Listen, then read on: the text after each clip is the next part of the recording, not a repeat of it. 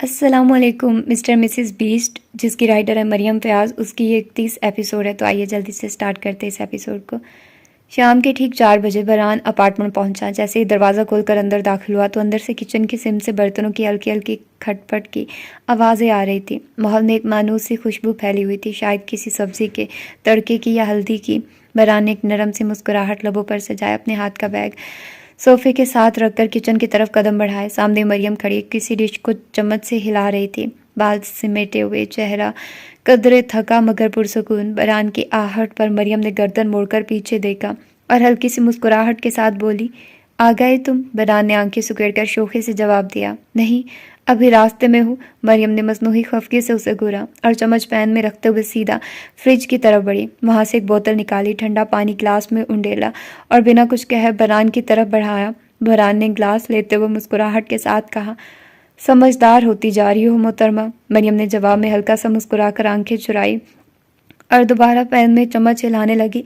बरहान ने पानी का गिलास मेज पर रखा, रास्तगी से उसके पीछे आ खड़ा हुआ, अपने दोनों बाजू उसके गिर्द फैलाकर उसे अपने हसार में लेते हुए अपनी थोड़ी उसके कंधे पर रख दी। क्या कर रही हो? मरियम ने कंधा झुटकते हुए कहा। दूर हटो, बरहान ने मजीद करीब होते हुए मासूमियत से पूछा। क्या बना रही हो? मरियम ने नरमी से जवाब दिया, खाना बना रही हूँ तुम्हारे लिए। बरहान ने मुस्कुराकर शरारत से कहा, वाह, आज तो बड़ा प्यार आ रहा है मुझ पर। मरियम ने चम्मच हिलाते लाते एक नज़र उसकी तरफ देखा और हंसते हुए बोली, हाँ बिल्कुल वैसा ही प्यार जैसा बिल्ली को चूहे से होता है। किचन एक जोरदार कहके से गूंज उठा। बरहान ने सर झटक कर कहा, तुम कभी सीधा जवाब नहीं देती। मरियम ने चुटकी लेते हुए कहा, और तुम भी तो हमेशा उल्टे सवाल पूछते हो। बरहान ने कमीज़ की आस्तीनें मोड़ते हुए कहा, चलो मैं ज़रा फ्रेश होकर आता हूँ।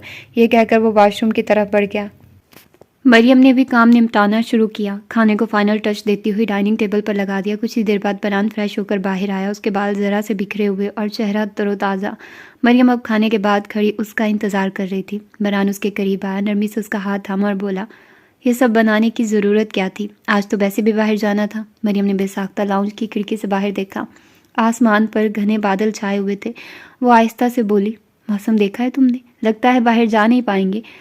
बरहान ने खिड़की की तरफ देखा और हल्की मुस्कुराहट के साथ कहा, देखते हैं। वो दोनों डाइनिंग टेबल पर बैठे। मरियम ने थोड़ा सा खाया और पानी का ग्लास उठाकर चुपचाप बरहान को तकने लगी।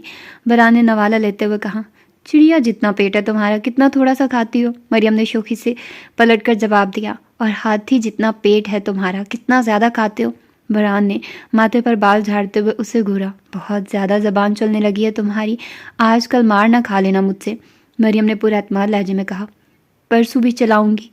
जबान, हाथ तो लगा कर दिखाओ। ये कहते हुए वो थोड़ी के नीचे हाथ रखकर मुस्कुराकर उसे देखने लगी। बरहान खामोशी से खाता रहा, फिर एक नज़र मरियम पर डाली जो हनूज उसे तके जा रही थी। ऐसे मत देखा करो, मुझे बंदा बशर सीने में कमज़ोर सा दिल रखता हूँ, हार्ट फेल हो गया तो भरी जवानी में बेवा हो जाओगी। बरहान ने बज़ाहिर संजीदगी से कहा। मरियम ने उसकी बात सुनकर एक हल्का सा थप्पड़ उसके शाने पर मारा। बदतमीज़, बंदे की शक्ल अच्छी ना हो तो बात अच्छी करनी चाहिए, और नाराज़गी से रुख मोड़ लिया। बरहान ने हंसते हुए कहा, अच्छा ना, आप ड्रामे मत करो और एक अच्छी सी चाय बनाकर लाओ। मरियम ने कमर कस ली और किचन की तरफ चल दी। कुछ देर बाद वो चाय के 2 कप लेकर वापस आए। दोनों ने चाय साथ बैठ पी। बरहान मुसलसल उसे अपनी निगाहों के दायरे में लिए बैठा रहा। चाय ख़त्म होने ही को थी कि बाहर ज़ोर की बारिश बरसने लगी। बरहान ने खुशी से खिड़की की तरफ देखा, जबकि मरियम की मुस्कुराहट धुंधला गई। माजी का कोई अक्स पल भर में उसकी आंखों के सामने छा गया। बारिश का वो दिन, बारिश, हाँ बारिश, वो दिन, हाँ वो दिन। कौन सा दिन? मोहब्बत की सज़ा का दिन। सज़ा, हाँ सज़ा। मोहब्बत, हाँ मोहब्बत। उठकर खिड़की के पास गया, पूरी खिड़की खोल दी और अपना बाजू बाहर निकालकर बूंदों को महसूस करते हुए बोला, तुम्हें पता है मैं आज तक कभी बारिश में नहीं भीगा, लेकिन आज दिल कर रहा है कि भीग जाऊं। तुम भीगोगी मेरे साथ? ये कहते हुए वो मरियम के सामने आया और अपना हाथ फैला दिया। मरियम का चेहरा जर्द पड़ गया, आंखों में खौफ उभर आया। नहीं, मुझे बारिश पसंद नहीं, वो धीरे से बोली। बरहान ने हैरत से उसे देखा। क्या मतलब तुम्हें बारिश पसंद नहीं? मरियम ने कंधे उचकाते हुए नजरें चुराई। मुझे बारिश से डर लगता है। उसकी आवाज़ लड़खड़ा गई। बरहान ने बिना कुछ कहे ज़बरदस्ती उसका हाथ थामा और खिड़की की तरफ ले गया। मरियम ने घबराकर हाथ पीछे खींचा। नहीं, ना करो ऐसा, मुझे डर लगता है। वो रोती हुई सी लगी। बरहान ने एक झटके से उसे खुद के करीब किया और उसकी आंखों में गहराई से झांकते हुए बोला, अगर मेरी मौजूदगी में भी तुम्हें डर लगेगा तो फिर लानत है मेरी ऐसी मौजूदगी पर।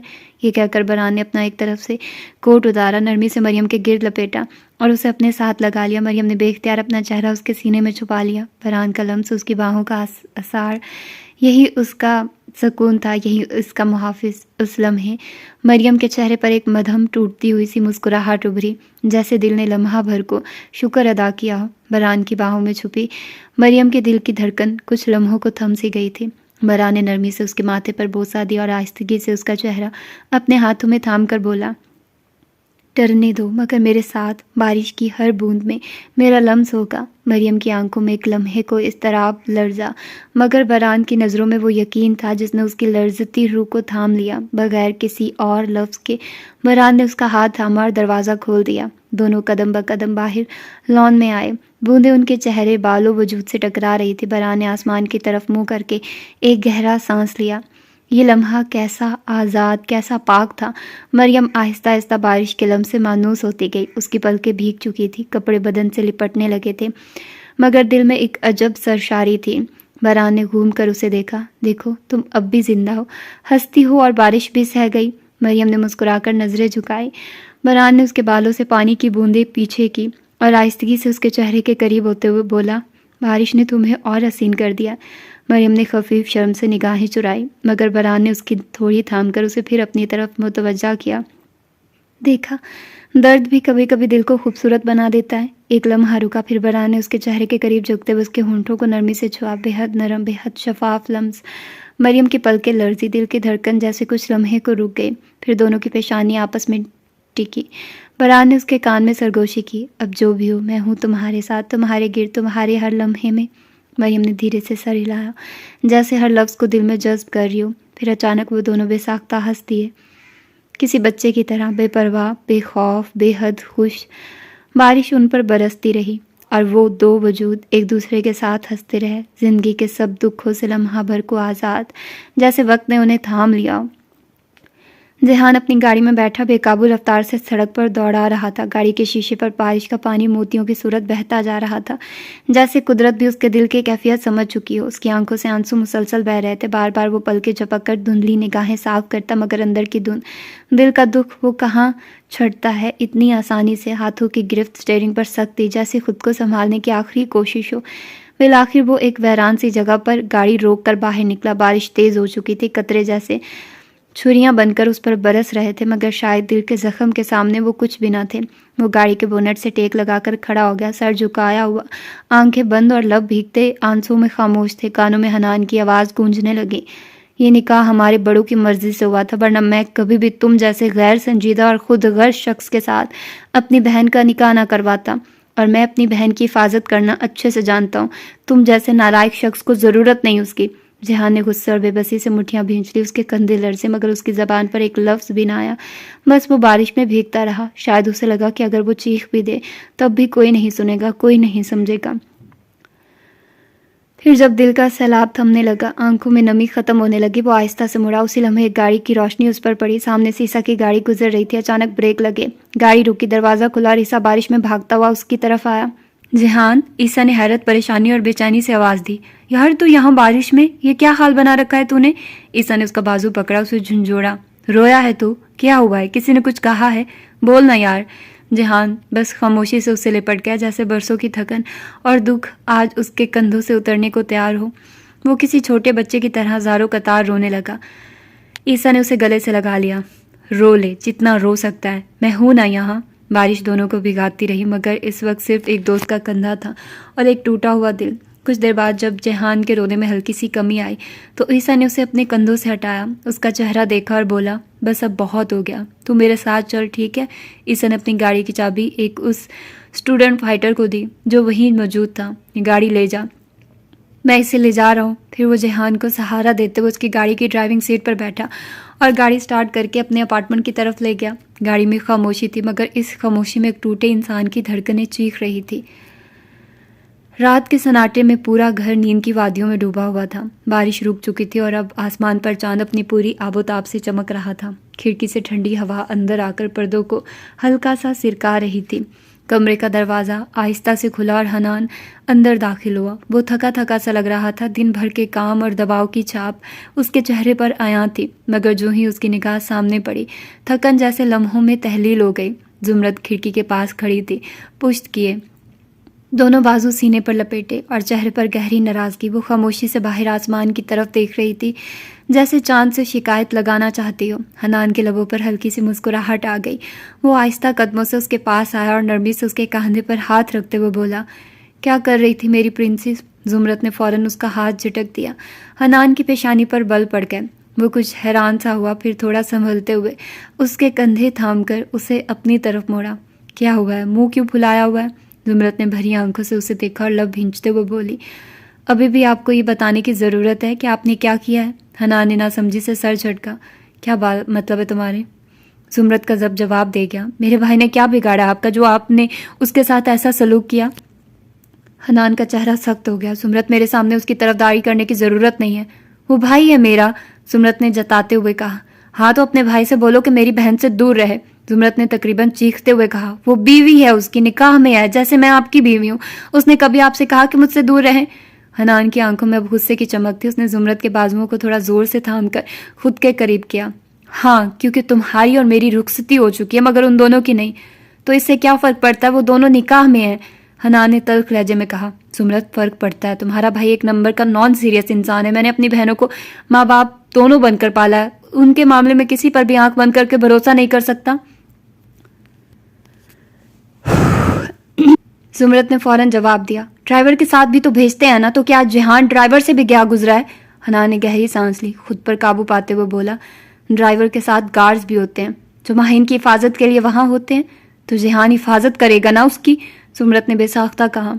हनान की आवाज़ में तल्खी दर आई। वो खुद को तो संभाल नहीं सकता, मेरी बहन को क्या संभालेगा? आप ऐसे पाबंदियां नहीं लगा सकते। जुमरत की आंखें अब सुर्ख हो रही थी। वो बहन है मेरी, वो भाई है मेरा। हनान ने सब्र का आखिरी दामन भी छोड़ दिया। मैं इस वक्त किसी किस्म के बहस के मूड में नहीं हूँ। तुम ऑलरेडी मेरा मूड अच्छा खासा बर्बाद कर चुकी हो। जुमरत ने आवाज़ लर्जने लगी। मेरे भाई ने आखिर बिगाड़ा क्या है आपका जो आप हाथ धोकर उसके पीछे पड़ गए? हनान ने थोड़े वक्फे के बाद गहरी सांस ली, जैसे खुद को अंदर से खंगाल रहा हो। फिर थके लहजे में बोला, तुम्हारे भाई ने कुछ नहीं बिगाड़ा, मुझे बस उसका नॉन सीरियस और बचगाना रवैया जहर लगता है। जुमरत रूहानसी होकर बोली, मेरा भाई नॉन सीरियस नहीं है। हनान ने आंखें मीचकर सर झटका। अच्छे से जानता हूँ वो क्या है और क्या नहीं। कमरे में खामोशी छा गई। सिर्फ घड़ी की टिक टिक और जुमरत की सिसकियां बाकी थी। कुछ लम्हों के बाद हनान ने एक नज़र उस पर डाल ली, लब भींचे, आंखों में थकन और उलझन के साए लिए बोला, खैर, मेरा मूड का सत्यानाश करने के लिए तुम्हारा बहुत बहुत शुक्रिया। ये कहते हुए वो तेज़ कदमों से कमरे से बाहर निकल गया। दरवाज़ा बंद होने की आवाज़ जैसे जुमरत के दिल पर चोट बनकर गई। जुमरत पलटी, खिड़की के सामने खड़ी हो गई। आंखों से बेआवाज़ आंसू बहने लगे। वो बाहर देखती रही, मगर अंदर की टूट फूट से नज़रें चुरा न सकी। चांद अब भी आसमान पर था, मगर उसकी चमक जुमरत की आंखों की नमी में गुम हो चुकी थी। कमरे में हल्की रोशनी फैली हुई थी। पर्दे हवा के नरम झोंकों से हिल रहे थे। हर चीज़ खामोश थी, बस दिल की धड़कन और अंदर के तूफान की आवाज़ सुनाई दे रही थी। माहीन आहिस्ता आहिस्ता चलते हुए आईने के सामने आकर रुक गई। आईने में उसकी अपनी ही आंखें नम दिखाई दे रही थी, लेकिन इस बार आंखों में कुछ और भी था, शर्मिंदगी और दर्द। उसने खुद को देखा और आहिस्ता से सर झुका लिया। मैंने तुम्हें रोक दिया, सबके सामने चुप करा दिया, वो खुद से बुड़बुड़ाई। जब तुम मेरे लिए सबसे बोल रहे थे, जब सब कुछ छोड़कर मेरे साथ खड़े थे। वो पीछे हटी और बेड पर बैठते हुए दोनों हाथों से अपना चेहरा छुपा लिया। मैंने तुम्हें शर्मिंदा किया, जिहान सबके सामने। उसकी सिसकियां धीमी थी, मगर अंदर से तोड़ देने वाली। वो अब कोई वजाहत नहीं दे सकती थी, ना ही कोई बहाना। जो कहा था वो लफ्ज़ थे और लफ्ज़ तीर बन चुके थे। मुझे तुम्हारे चेहरे की वो हैरानी याद आ रही है, वो बेयकीनी। तुम बस मुझे देख रहे थे, जैसे पूछ रहे हो, वाकई? माही ने आंखों से बहते आंसू पूंछने की कोशिश की। आज तुम्हें मुझ पर हक है और मैंने तुम्हें एक लम्हे में गैर बना दिया। वो उठकर खिड़की के पास आई। बाहर अब दोबारा हल्की बारिश हो रही थी। शायद कुदरत भी उसके अंदर के मौसम का हाल सुन रही थी। अब तुम चले गए हो, लेकिन मैं अब चुप नहीं बैठूंगी। उसने आंखों में आंसू पूंछे, सांस गहरा लिया। मैं तुम्हें मनाऊंगी, देखना तुम, क्योंकि अब ये मेरी भी मोहब्बत है। उसकी आंखों में पहली बार आंसुओं के बीच एक अज़म जगमगाया। महीन खिड़की के पास खड़ी है। बारिश की बूंदें शीशे से टकरा रही हैं और उसके चेहरे पर आंसुओं के साथ एक खामोश मगर मजबूत इरादा चमक रहा है। बारिश थम चुकी थी, मगर उसकी खुशबू फिजा में रची बसी थी। कमरे में हल्की हल्की सुनहरी रोशनी जल रही थी, जो हीटर के सामने रखे कालीन पर बैठे मरियम के वजूद को नरमी से चमका रही थी। वो ढीले ढाले ट्राउज़र और आरामदेह टी शर्ट में मलबूस थी। उसके गले में एक नरम सा स्कार्फ पड़ा था, जिसे वो खुद में लपेटे बैठी थी। हीटर की गर्मी और बाहर की सर्द हवा के संगम ने एक मध्यम सी नींद भरी सुकून वाली फिजा बना रखी थी। तभी बरहान दरवाज़ा धकेलते अंदर दाखिल हुआ। उसके हाथ में 2 मग थे, जिनसे भाप उठ रही थी। वो खामोशी से चलता हुआ उसके करीब आकर फर्श पर बैठा और एक मग उसकी तरफ बढ़ाया। ये लो, उसने धीरे से कहा। मरियम ने एक पल उसे देखा, फिर मग थामा। आज मैंने चॉकलेट थोड़ी ज़्यादा डाल दी है, और मार्शमेलो भी। मरियम ने मग को अपने लबों से लगाकर एक छोटा सा घूंट लिया, फिर आंखें बंद करके उसकी खुशबू और जायके को महसूस किया। बहुत अच्छी है, वो आहिस्तगी से बोली। बरहान मुस्कुराया, फिर उसके हाथ से मग लेते हुए अपने वाला मग उसे थमा दिया। मरियम ने फौरन घूरा।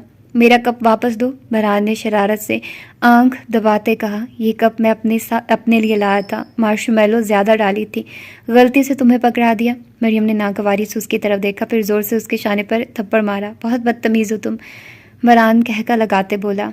Just like you. चंद लम्हों तक हंसी हल्की नोक-झोंक जारी रही, फिर खामोशी छा गई, खूबसूरत खामोशी जो सिर्फ 2 दिलों की हम आहंगी से जन्म लेती है।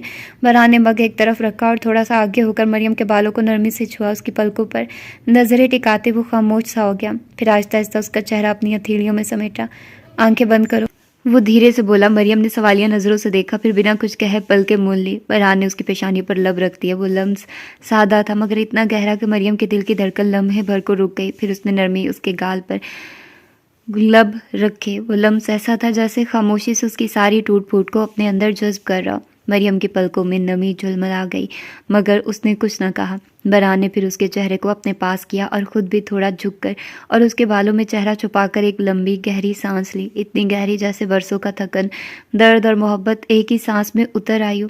उसने आंखें बंद करके सांस बाहर निकाली, धीमी बोझल, और उसकी गिरफ्त मजीद मजबूत हो गई। मरियम ने आहिस्तगी से उसके कंधे पर सर रखा। उसकी धड़कन सुनाई दी, मजबूत, मुतमईन और मोहब्बत भरी। बरहान ने उसके माथे पर एक आखिरी बोसा दिया और फिर नरमी से सरगोशी की। अब काफ़ी रात हो रही है, तुम सो जाओ। मरियम ने अपनी आंख खोलकर शरारत से कहा। गंदी आदतें डालकर अब बोल रहे हो कि सो जाऊं। बरहान हंस दिया, फिर बिना कुछ कहे उसे बाहों में उठा लिया। बरहान, क्या कर रहे हो, वो झिझकते हुए बोली, मगर हंसी न रोक सकी। वो धीरे धीरे कदमों से उसे बेड तक ले आया और नरमी से लिटा दिया।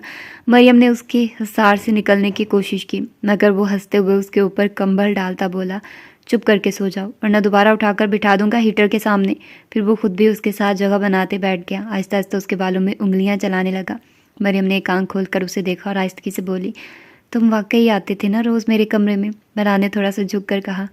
मार ना खा लेना मुझसे, चुप करके सोती बनूं। मरियम ने शरारती सम्मोह बनाया, पलकें बंद किया और फिर बरहान के दिल की धड़कन के संग सुकून से नींद की वादी में उतर गई। कमरे की फिजा पर अब नींद का रंग गहरा होता जा रहा था। बारिश की मध्यम सरसराहट अब भी खिड़कियों से बाहर सुनाई दे रही थी, जैसे कुदरत भी इन लम्हों की गवाही दे रही हो। मरियम की पलकें बंद थी, सांसें हमवार और पुरसुकून, और चेहरे पर एक थकन से आज़ाद सा सुकून। बरहान खामोशी से उसके बालों में उंगलियां चलाता रहा। वो देर तक उसे यूं देखता रहा जैसे हर लम्हा अपनी नज़रों में महफूज कर लेना चाहता हो।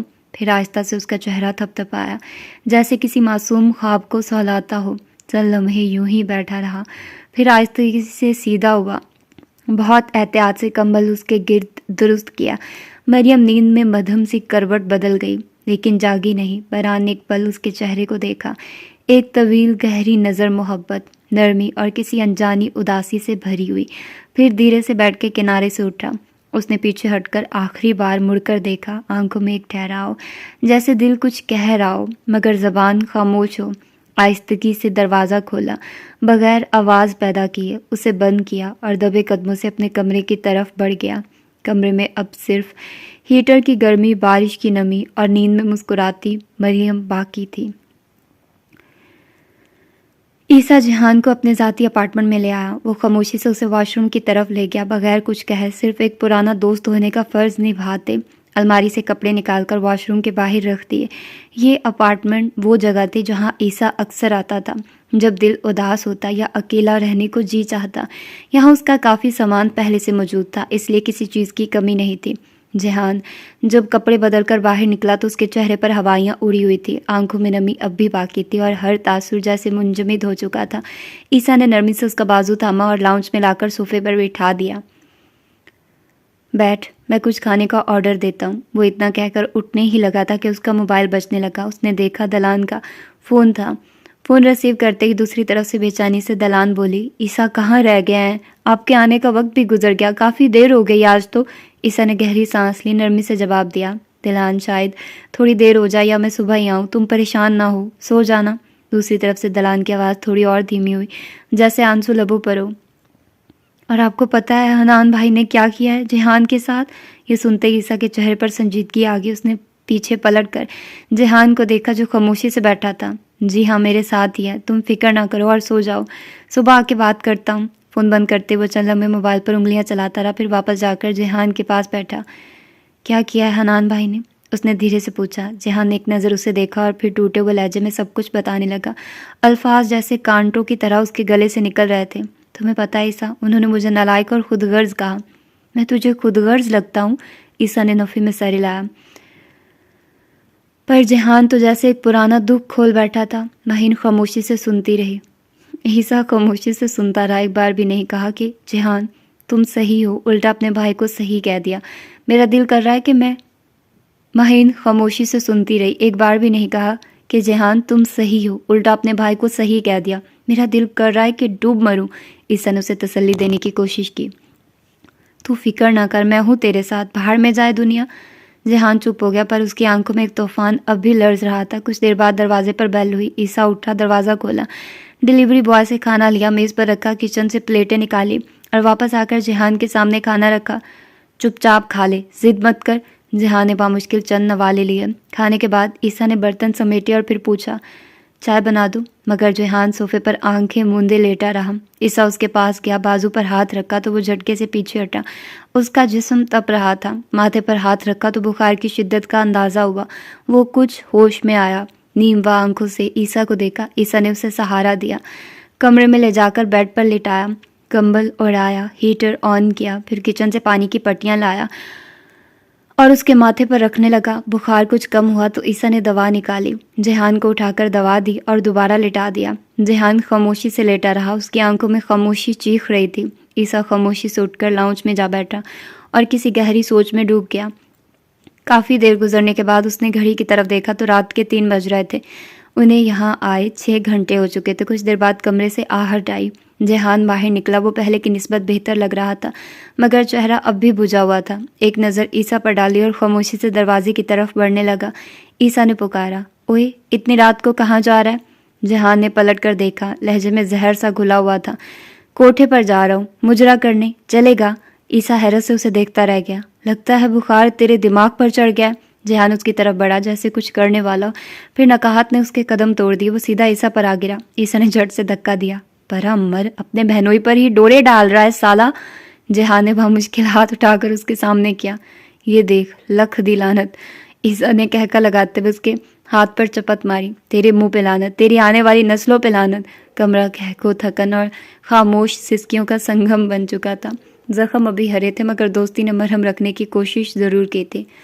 यार क्या बकवास है, मतलब क्यों कर रहा है उसका भाई, कुछ ज़्यादा ही ओवर एक्ट कर रहा है। और फिर अब तो ये जेहान ने भी कुछ कम मजनू बनने की कसर नहीं छोड़ दी। मतलब रो रहा है तू, यार ऐसे नहीं अच्छे लगते। मतलब लड़के रोते हुए अच्छे नहीं लगते। ऐसा नहीं है कि लड़कों को रोना नहीं आता, रो नहीं सकते, ऑफ कोर्स वो रो सकते हैं, इसमें बहुत ज़्यादा वो बात हम लोग कर सकते हैं। बट लड़के स्ट्रांग अच्छे लगते हैं, रोते हुए अच्छे नहीं लगते। लड़कों को स्ट्रांग होना चाहिए, उनको हर चीज़ को फेस करना आना चाहिए, उनको हल ढूंढना चाहिए, हर बात पर रोने नहीं लग जाना चाहिए। यार तू ना कर, तुम्हारे अगर वो तुम्हारी बीवी है तो वो उसकी बहन भी तो है, वो रख लेगा ख्याल। इतनी क्या तुम्हें, अगर तुम्हें इतना ज़्यादा, तुम खैर वो उसको रुखसती भी तो नहीं करवा रहे, ये भी है। मुझे उसकी भी समझ नहीं आ रही क्यों वो फजूल में ऐसी हरकतें कर रहा है कि वो अपनी बहन पर इतनी पाबंदियाँ लगा रहा है। यार मैं किस किस पर गुस्सा करूं वो है ना, किस किस से प्यार करूं, मैं कह रही हूँ मैं किस किस पर गुस्सा करूं, इतना ज़्यादा गुस्सा आ रहा है मुझे। खैर जल्दी से ख़त्म हो ये नावल, कब होगा ये ख़त्म। मतलब मैं जब नावल स्टार्ट कर लेती हूँ ना, बस मुझे होता है कि जल्दी से ख़त्म हो जाए, क्योंकि नावल लंबे अच्छे नहीं लगते नावल मतलब यार इतने ज़्यादा मैं पक जाती हूँ। मुझे होता है कि एक नावल स्टार्ट हो, उसको ख़त्म करे, लो भाई दूसरा नावल स्टार्ट करते, एक नई जर्नी, नया थ्रिल, नई चीज़ें। अब क्या एक ही कैरेक्टर्स को मैं पढ़ी जा रही हूँ, एक ही तरह के scenes, I don't like it. और अगर आप लोगों ने अनकबूत नावल सुनना है तो आप लोग व्हाट्सएप से सुन सकते हैं, वहाँ पर मैंने लिंक दिया, मतलब वहाँ पर सारे लिंक अवेलेबल है। आप लोग चैनल इन्फो पर जाइएगा, अगर आप लोगों को लिंक वैसे नहीं मिल रहा है तो चैनल इन्फो पर जाइएगा, वहाँ पर सारे लिंक अवेलेबल हैं। मैं अनमोल की फ़र्स्ट 2 एपिसोड्स नहीं, हाँ, और इसके अलावा माला वो भी वहाँ पर अवेलेबल है। और इसके अलावा और कौन सा, हाँ बस अभी यही है। अगर निम्रा का इन फ्यूचर कोई नावल आया तो इंशाल्लाह हम पढ़ेंगे, व्हाट्सएप पर लिंक आप लोगों को मिल जाया करेगा। और क्या बताऊँ मैं आप लोगों को, और क्या हो सकता है, क्या हो सकता है, क्या हो सकता है। नॉवेल्स फॉर एवर पर मैं स्टार्ट कर रही हूँ सुर्ख आंचल, जिसके 2 सीज़न ऑलरेडी आप लोग यकीनन सुन चुके होंगे। और इसके अलावा भीगा दिसंबर, अगर किसी का रह गया था तो वो मैं दोबारा स्टार्ट कर रही हूँ। और इस दफ़ा बारिश ही नहीं आई दिसंबर में, हमारी तरफ तो नहीं आई, किसी और की तरफ आई होगी। हाय गाना सुनना था, भीगा भीगा सा ये दिसंबर है, क्या बातें करने लग जाती हूँ यार मैं।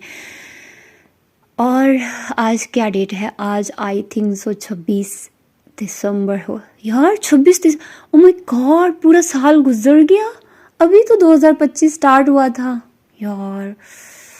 क्या यार, क्या कहे बंदा, इतनी जल्दी, इतनी जल्दी।